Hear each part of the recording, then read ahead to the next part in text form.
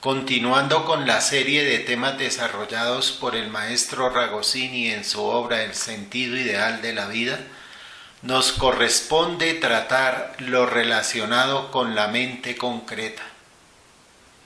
Inicia su exposición el maestro haciendo referencia a los sabios filósofos indos, quienes utilizan los términos sánscritos kama y manas.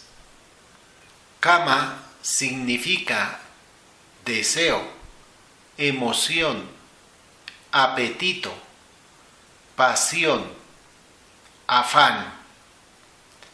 En la terminología oriental, cuando se habla de los vehículos constitutivos del ser humano, se conoce exactamente con el nombre de Kama Rupa, lo que equivale en la tradición occidental a cuerpo de deseos, cuerpo emocional o cuerpo astral.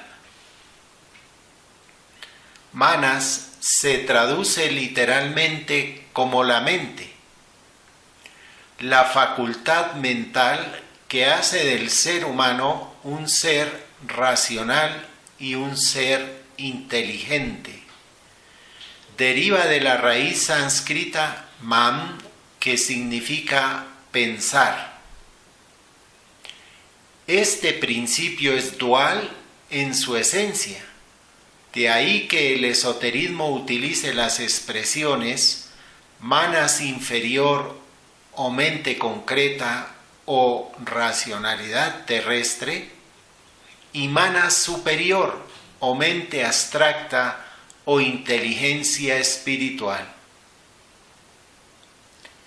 El manas inferior o mente concreta o racionalidad terrestre también se la designa con el nombre Kama Manas. La expresión Kama Manas, traducida literalmente del sánscrito, significa la mente del deseo o la mente pasional. También se expresa de esta amalgama como el alma animal humana.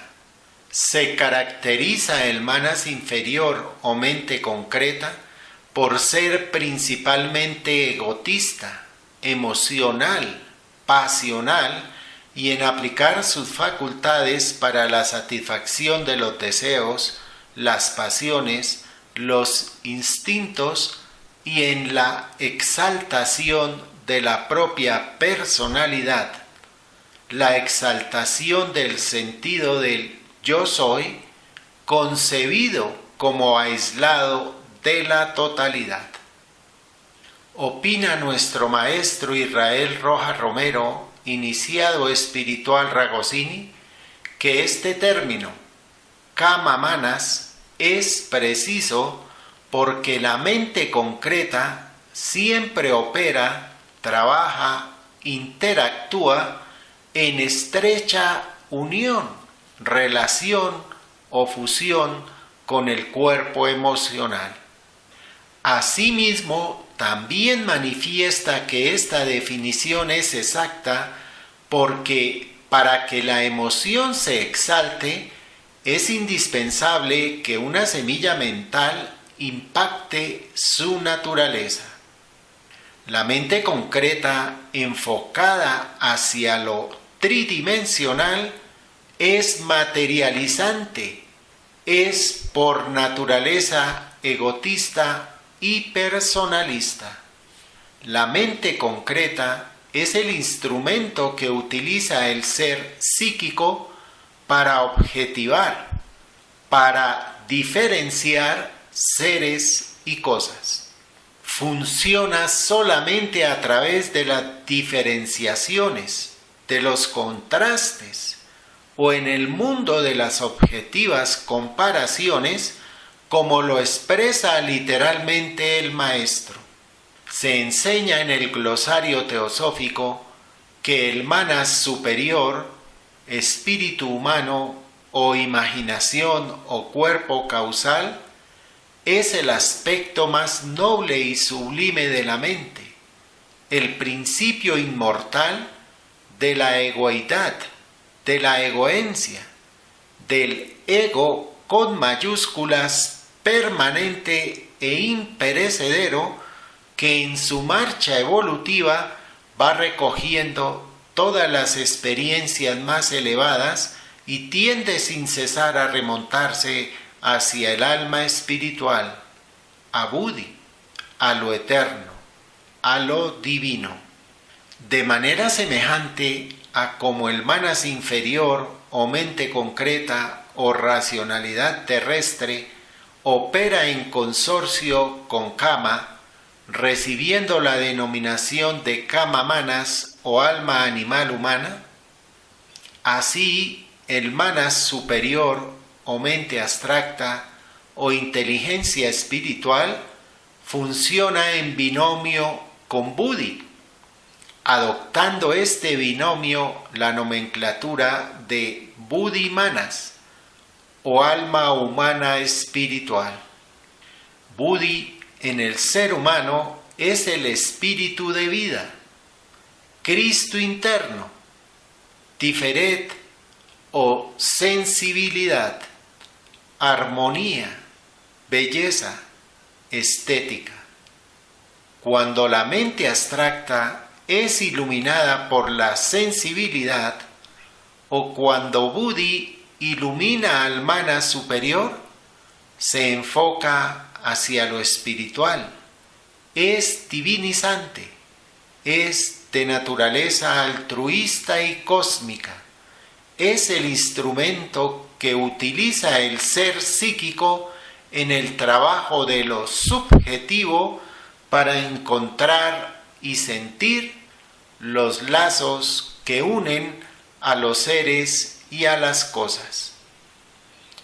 Buddhi manas funciona por el sentimiento unificante del sentido ideal de la vida.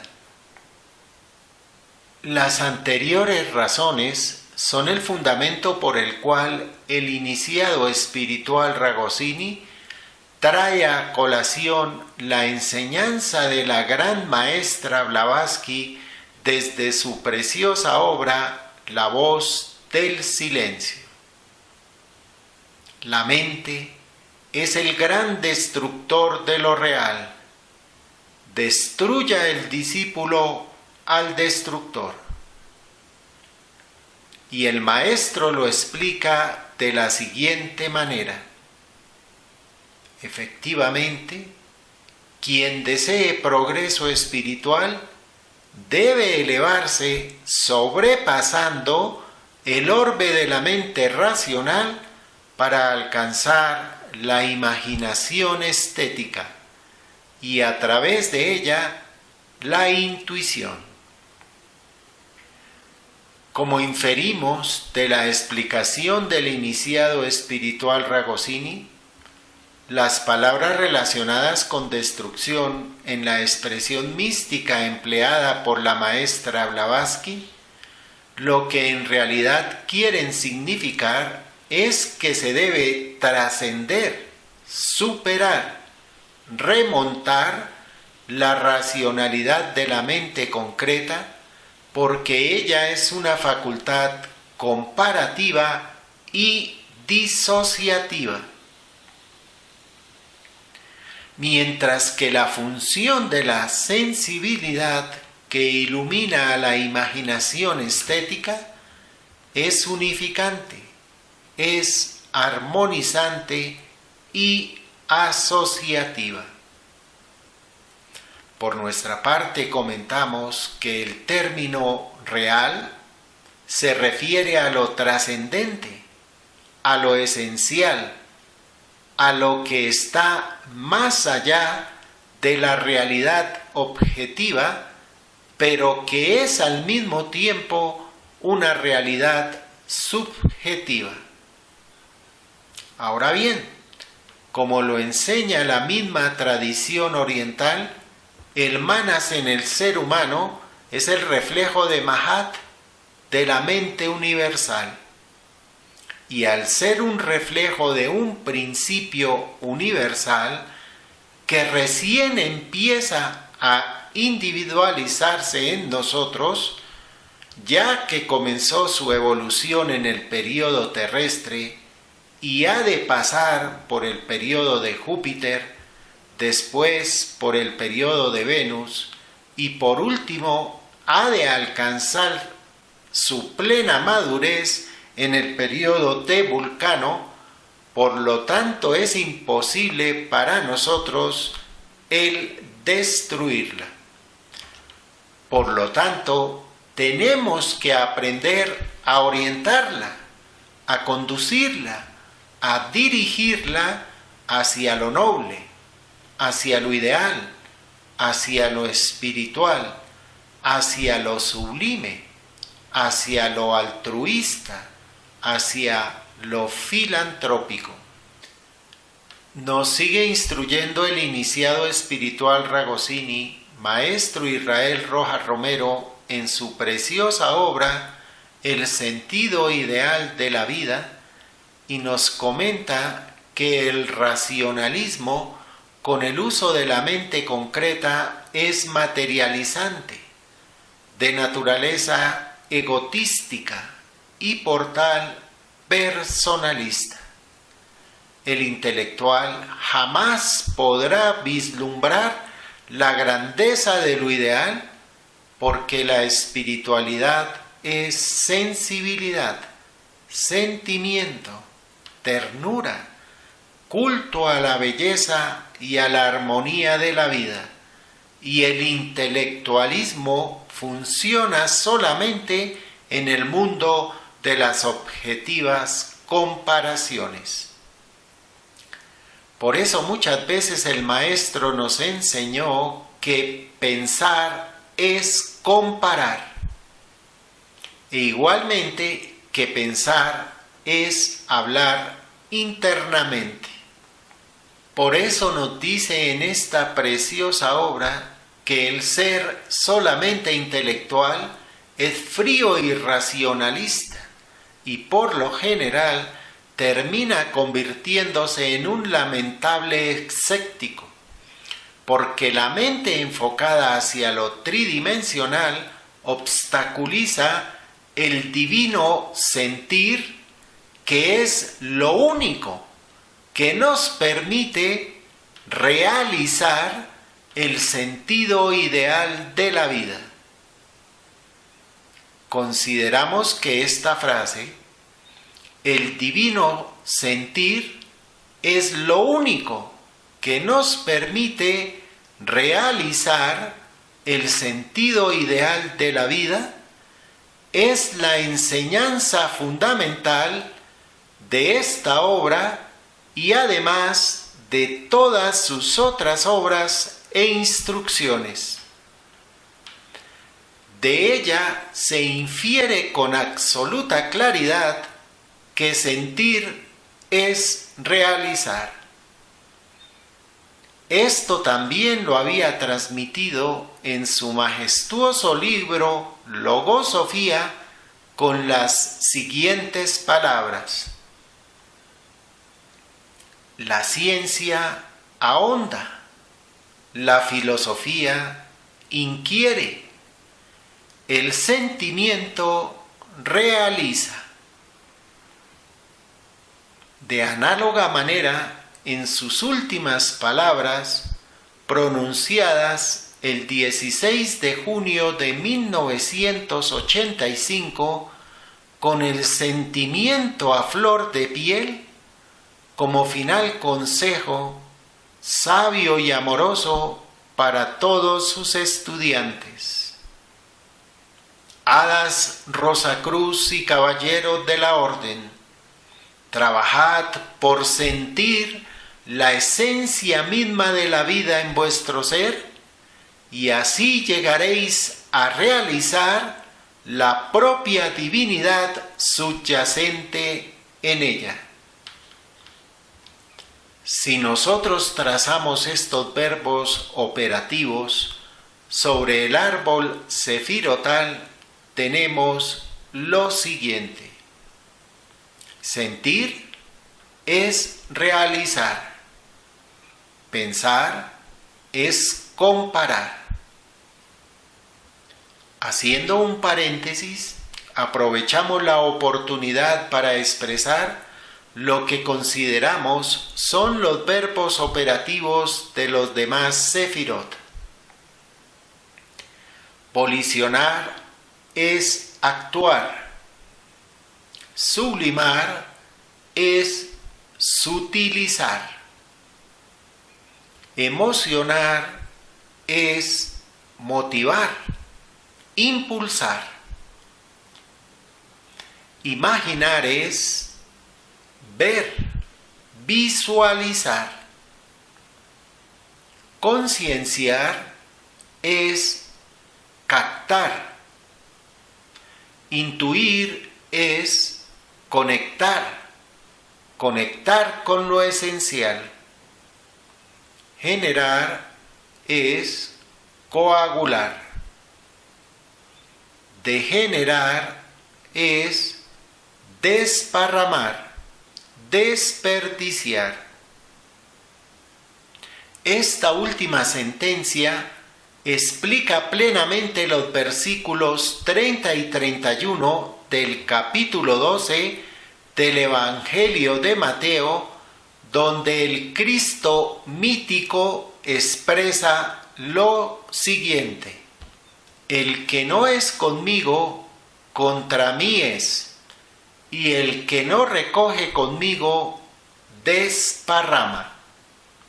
Por eso os digo, todo pecado y blasfemia será perdonado a los hombres, pero la blasfemia contra el Espíritu Santo no será perdonada.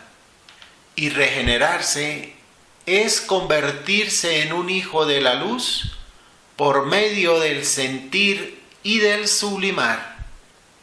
Por medio de amar y sublimar, la única y santa divina energía que es el alma de todo cuanto existe. Amar como expresión del amor cósmico y universal. Este amar es la realización de la armonía espiritual. Retornando a nuestro tema central, la mente concreta, nos continúa instruyendo el maestro de la siguiente manera: en la economía de la naturaleza nada hay inútil. Es indispensable que utilicemos la mente racional en los negocios, en el cálculo natural de las distancias, porque si no lo hacemos, podemos caer en el fango por no haber previsto bien la distancia que hay entre la tierra sólida y el pantano. La mente, con su función tridimensional o racional, tiene lógico uso en el mundo físico, pero es el más tremendo enemigo de lo espiritual, porque cada dimensión tiene su campo, su ley, su límite y su función. Podemos ilustrar esta aseveración con un ejemplo que hemos extractado del libro Cartas de los Maestros Moria y Kutumi para A. P. Sinet, de la carta 24b del Adepto Kutumi para A. P. Sinet tomamos lo siguiente: en esta etapa de nuestra correspondencia, incomprendidos como en general parecemos ser, incluso por usted mismo, mi leal amigo, puede que valga la pena y que sea útil para los dos que se le ponga en conocimiento de ciertos hechos. Hechos muy importantes relacionados con el adeptado. Tenga presente, pues, los puntos siguientes. Primero, un adepto, el más elevado como el más humilde, lo es solo durante el ejercicio de sus poderes ocultos.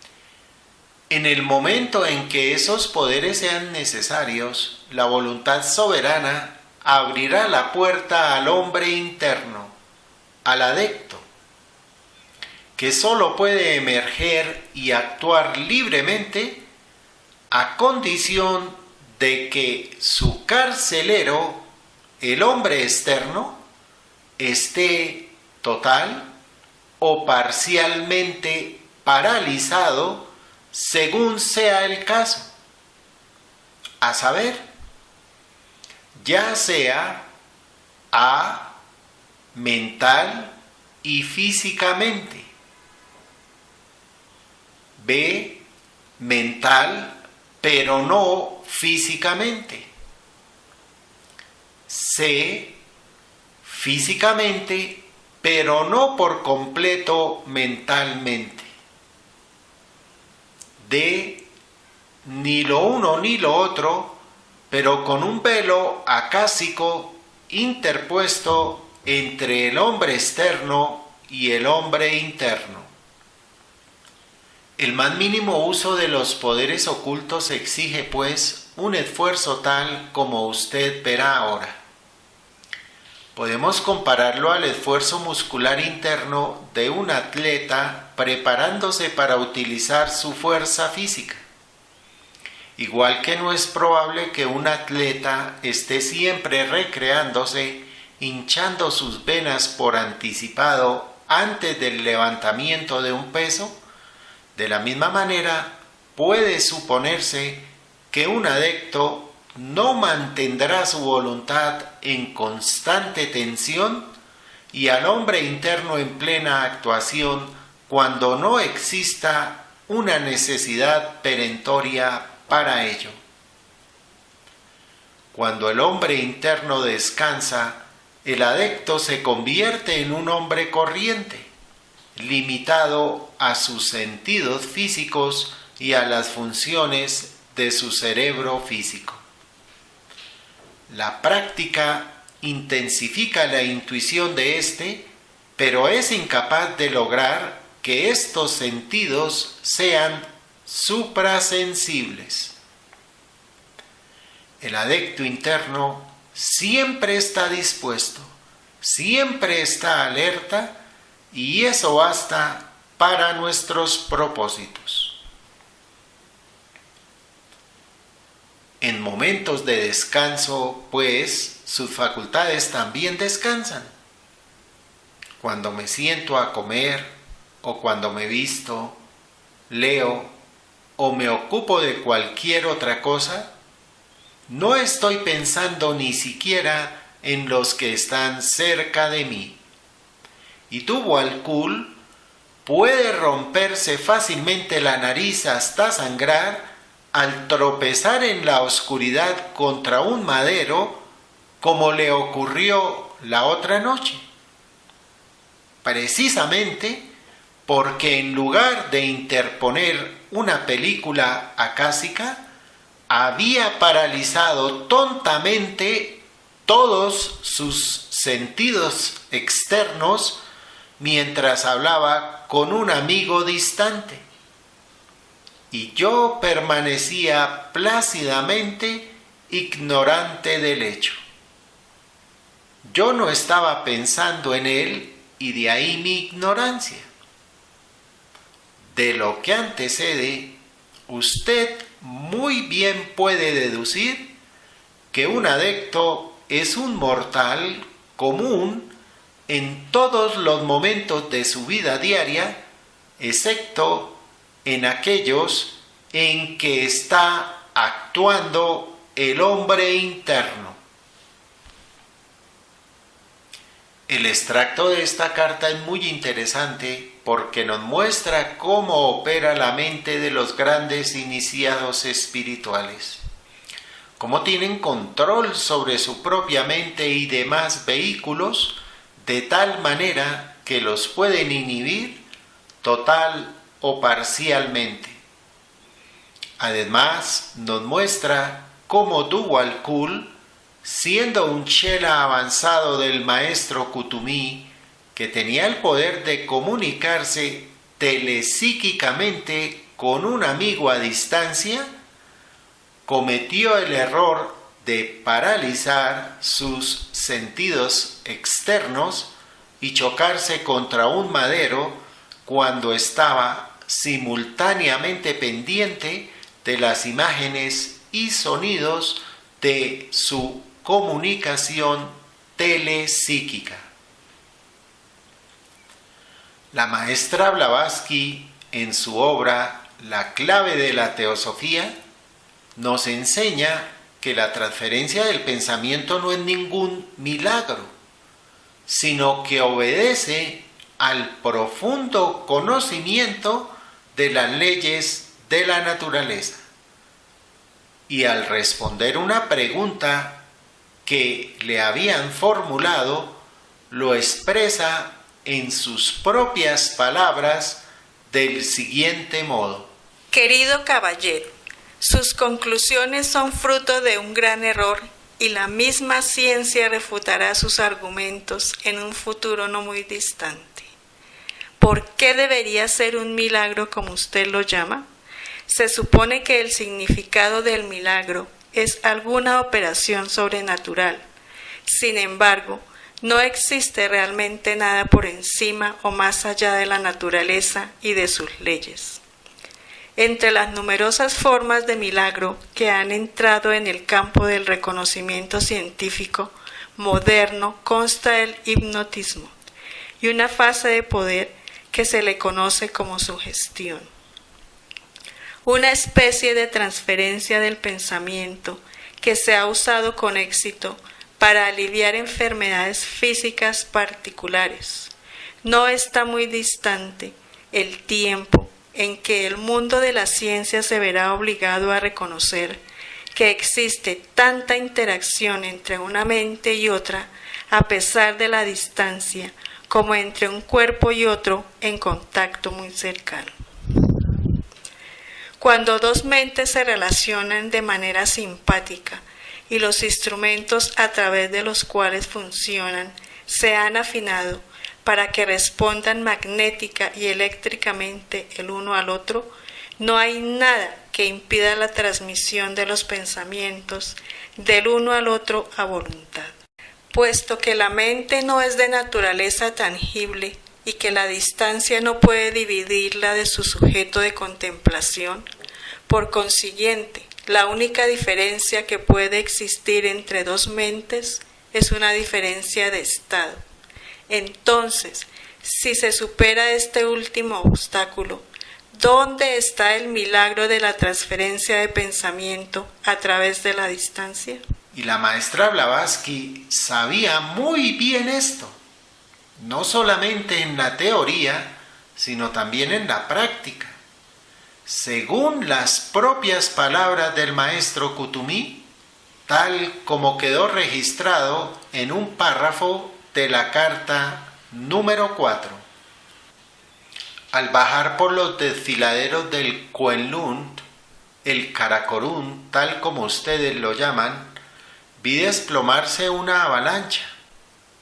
Había ido personalmente a ver a nuestro jefe para presentarle el importante ofrecimiento del señor Hum, y me encontraba al otro lado de Ladakh en mi camino de regreso a casa.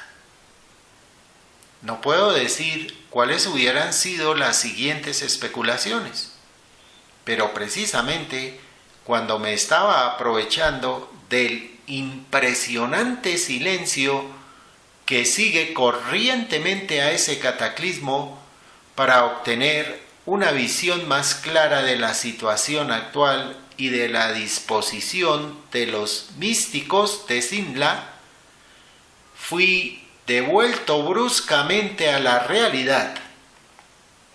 Una voz familiar tan aguda como la que se atribuye al pavo real de Sarasvati, la cual, si damos crédito a la leyenda, ahuyentó al rey de los Nagas, gritaba a lo largo de las corrientes: Olcott ha hecho resucitar otra vez al mismísimo diablo. Los ingleses se están volviendo locos. Kuthumi, Kuthumi, venga cuanto antes y ayúdeme. y en su excitación, ella se olvidó de que estaba hablando en inglés. Debo decir que los telegramas de la vieja dama chocan contra uno como piedras lanzadas por una catapulta. Habíamos mencionado que la tradición oriental enseña que el manas en el ser humano es el reflejo de Mahat, de la mente universal. Narra el señor A. P. Sinet que por mediación de la maestra Blavatsky logró acceso a una obra que es considerada como la magna depositaria del saber esotérico bajo la guarda de los adeptos del Tíbet, conocido como el libro de Q.T.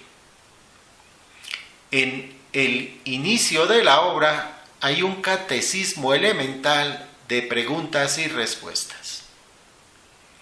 Allí se presenta la siguiente inquietud y declaración con relación a la mente universal.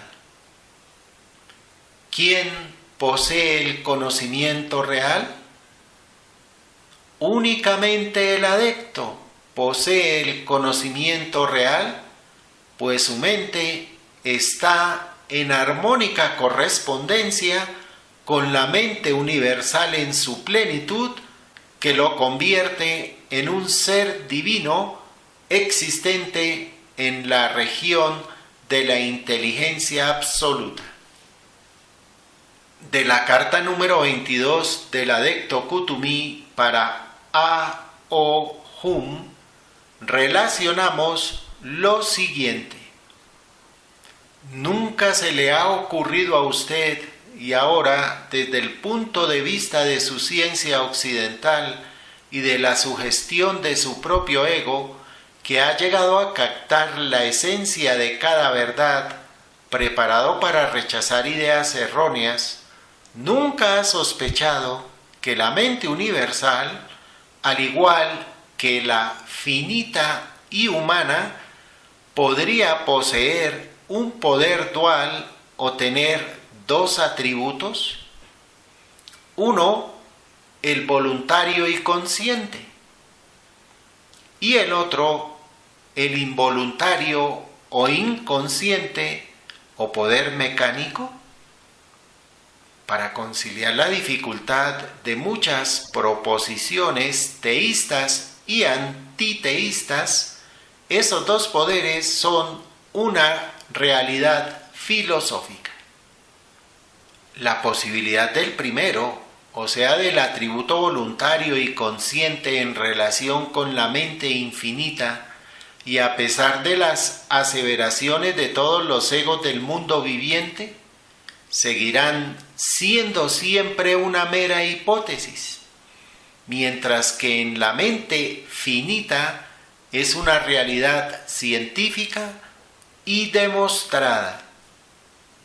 El más elevado de los espíritus planetarios es tan ignorante como nosotros del primero de los atributos. Y la hipótesis permanecerá como tal incluso en el nirvana, puesto que se trata de una mera posibilidad deducida tanto allí como aquí. Consideremos la mente humana en relación con el cuerpo. El hombre tiene dos cerebros físicos distintos.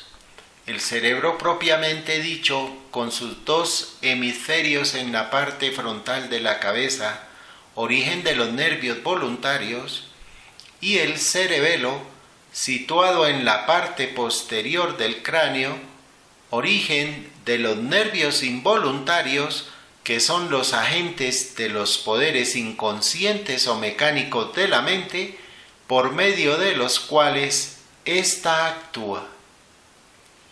Y por más débil e inseguro que pueda ser el dominio del hombre sobre su sistema involuntario, tales como la circulación de la sangre, los latidos del corazón y la respiración, especialmente durante el sueño, sin embargo, cuánto más fuerte y poderoso se presenta el hombre como dueño y señor del ciego movimiento molecular de las leyes que gobiernan su cuerpo? Una prueba de ello son los poderes excepcionales del adepto e incluso del yogi común, que no los de aquello a lo cual ustedes persisten en llamar Dios sobre las leyes inmutables de la naturaleza. En eso, y contrariamente a la mente finita, la mente infinita, a la que denominamos así solo por motivos de conveniencia, pues nosotros la llamamos fuerza infinita, no revela más que las funciones de su cerebelo, admitiéndose la existencia de un supuesto cerebro tal como se indicó más arriba, pero sobre la hipótesis deducida que se deriva de la teoría cabalística, exacta en todo lo demás, de que el macrocosmos es el prototipo del microcosmos. En la misma medida que la corroboración por parte de la ciencia moderna de todo lo que nosotros sabemos nos tiene sin cuidado, igualmente de todo lo que los espíritus planetarios han constatado, los cuales, no lo olvide, al atravesar el velo primordial de la materia cósmica, tienen relaciones ultracósmicas, igual como las que nosotros tenemos cuando atravesamos el velo de nuestro mundo físico bruto. La mente infinita no revela ante ellos ni ante nosotros más que las palpitaciones regulares inconscientes del ritmo eterno y universal de la naturaleza a través de las miríadas de mundos, dentro y fuera del velo primordial de nuestro sistema solar. Sabemos hasta ese punto, dentro y hasta el límite extremo, hasta el mismo borde del velo cósmico, sabemos por experiencia personal que el hecho es cierto. La información reunida por lo que se refiere a lo que tiene lugar más allá, se la debemos a los espíritus planetarios y a nuestro bendito Señor el Buda. Por supuesto que esto puede considerarse como una información de segunda mano. Existen personas que antes de rendirse a la evidencia de la realidad de los hechos, preferirán considerar incluso a los espíritus planetarios como filósofos desencarnados, descarriados, sino como realmente unos embusteros. ¿Está bien? Cada uno es dueño de su propia sabiduría. Dice un proverbio tibetano, y es libre de honrar o envilecer a su esclava. Sin embargo, yo continuaré en beneficio de los que aún puedan captar mi explicación del problema y comprender la naturaleza de la solución. Para comprender de la mejor manera posible lo antes enunciado por el Mahatma Kutumi, es necesario dilucidar quiénes son los espíritus planetarios que han atravesado el velo primordial de la materia cósmica y tienen relaciones ultracósmicas, a quienes la mente infinita solo les ha revelado las palpitaciones regulares inconscientes del ritmo eterno y universal de la naturaleza, tanto dentro como fuera del velo de nuestro sistema solar. En la carta número 9 del Adecto Kuthumi para A.P. Sinet encontramos una ilustración muy interesante sobre lo que es un espíritu planetario. No puede haber ningún espíritu planetario que no haya sido en otro tiempo material o lo que usted llama humano. Cuando nuestro gran Buda, el jefe de todos los adeptos, el reformador y codificador del sistema oculto, alcanzó por primera vez el nirvana en la tierra, se convirtió en un espíritu planetario. Es decir, su espíritu podía a la vez y al mismo tiempo deambular con plena conciencia por los espacios interestelares y continuar a voluntad su existencia en la Tierra en su cuerpo original e individual, porque el yo divino se había desembarazado tan completamente de la materia que podía crear a voluntad un sustituto interno para sí y dejarlo en la forma humana durante días, semanas y algunas veces años, no afectando en modo alguno con este cambio ni el principio vital ni la mente física de su cuerpo. Dicho sea de paso, esa es la forma más elevada de adectado a la que el hombre puede aspirar en nuestro planeta. En esta misma carta enseña el maestro Kuthumi que los espíritus planetarios más elevados no se equivocan, no son susceptibles de caer en ningún error. El término sánscrito para los espíritus planetarios o logos planetarios es el de Tian Chohan y lo definen como las inteligencias divinas encargadas de la superintendencia del cosmos con K. Son los hijos de la sabiduría. Son los espíritus planetarios cuyo agregado colectivo forma el verbo manifestado del logos inmanifestado y constituyen al mismo tiempo la mente del universo y su ley inmutable. Son los Elohim, son los arquitectos del mundo visible. Corresponden místicamente a los Budas y Bodhisattvas humanos, que más tarde son también llamados Anupadaka.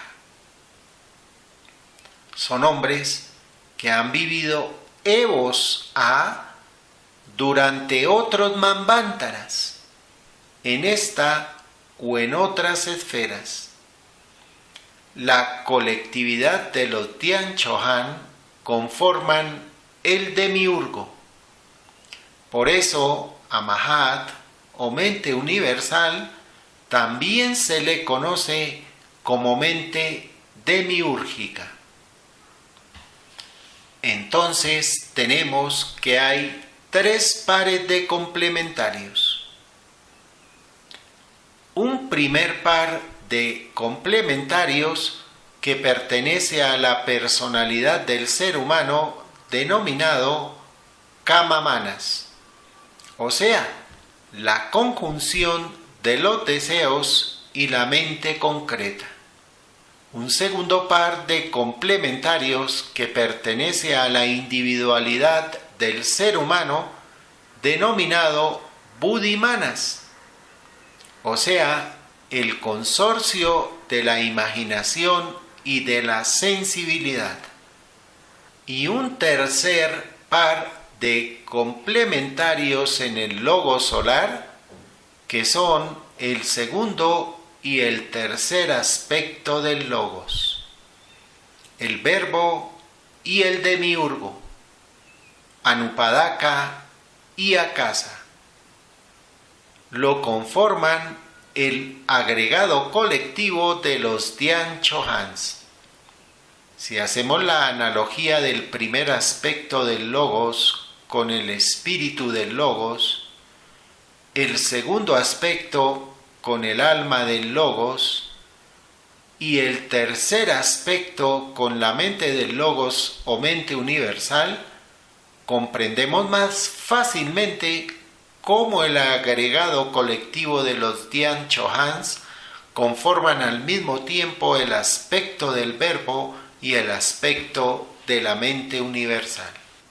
Si visualizamos toda la escala jerárquica de la evolución espiritual, podemos apreciar el elevado estado que ocupan en la jerarquía quienes alcanzan el grado de iniciación espiritual correspondiente a un Buda o Dhyan Chohan o espíritu planetario que ya se ha hecho uno con el alma y con la mente universal.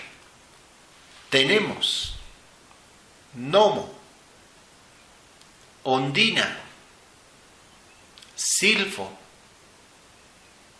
mineral, vegetal, animal, humano,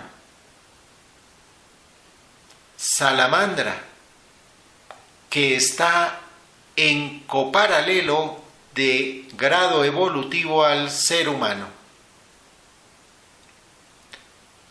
Luego sigue el iniciado de primer grado, Srotapati, el iniciado de segundo grado, Sakridagamin, el iniciado de tercer grado, Anagamin, el iniciado de cuarto grado, Arhat, el iniciado de quinto grado, Aseka o adecto, el iniciado de sexto grado, Chohan, el iniciado de séptimo grado, Chaverón, los iniciados de octavo grado, los Budas, que son los mismos Dhyan Chohan, y como lo expresó el Mahatma Kutumi, es la forma más elevada de adectado posible de alcanzar en este planeta. Continúa en mayor grado evolutivo el iniciado de noveno grado, Rey del Mundo, el iniciado de décimo grado, Vigilante Silencioso. Sigue la conciencia de un planeta, la conciencia de una estrella, la conciencia de un zodíaco, la conciencia de una galaxia y la conciencia de una supergalaxia. Y más allá, no somos capaces siquiera de suponer. En la carta número 10, el Chohan Kutumi expone que los Dhyan Chohans o espíritus planetarios son infalibles con las siguientes palabras. Si tuviéramos que admitir que hasta los más elevados Dhyan Chohan están expuestos a error por efecto de una ilusión, entonces no existiría, por cierto, ninguna realidad para nosotros y las ciencias esotéricas serían una quimera. Allí mismo también devela que los Dians Chohan están dotados de una mente universal. Lo expresa literalmente así. Y sin embargo, ellos dirán que nosotros creemos en Dians o planetarios y los dotamos de una mente universal. Esto nos demuestra nítidamente que los únicos seres evolucionantes que están dotados de una mente universal en relación con nuestro sistema solar son los demiurgos, son los Dians Chohans, los espíritus planetarios o logos planetarios. Nosotros, los seres humanos comunes y corrientes, estamos desarrollando nuestra mente muy embrionaria. Estamos aprendiendo a pensar, pero tenemos pensamientos. Por lo tanto, esto evidencia que tenemos mente, así sea en forma incipiente.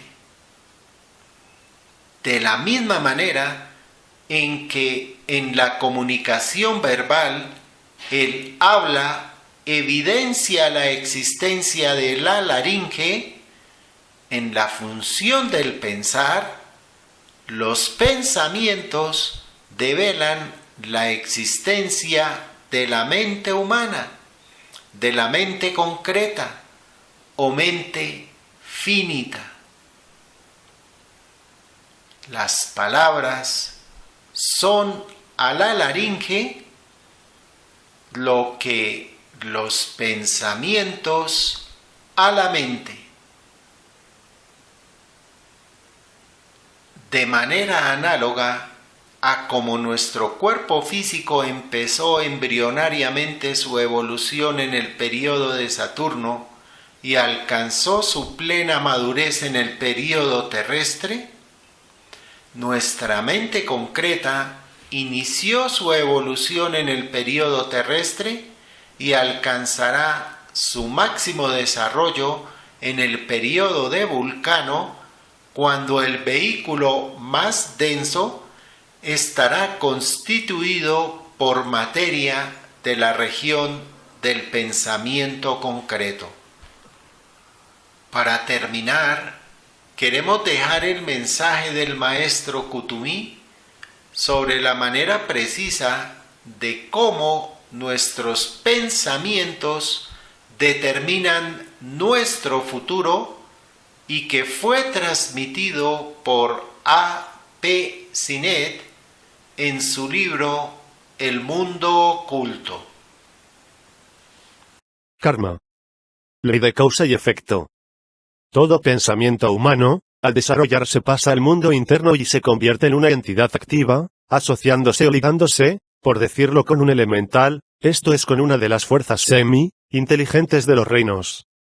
Este sobrevive como una inteligencia activa, como una criatura engendrada por la mente durante un periodo más corto o más largo, proporcionado a la intensidad original de la acción cerebral que lo creó.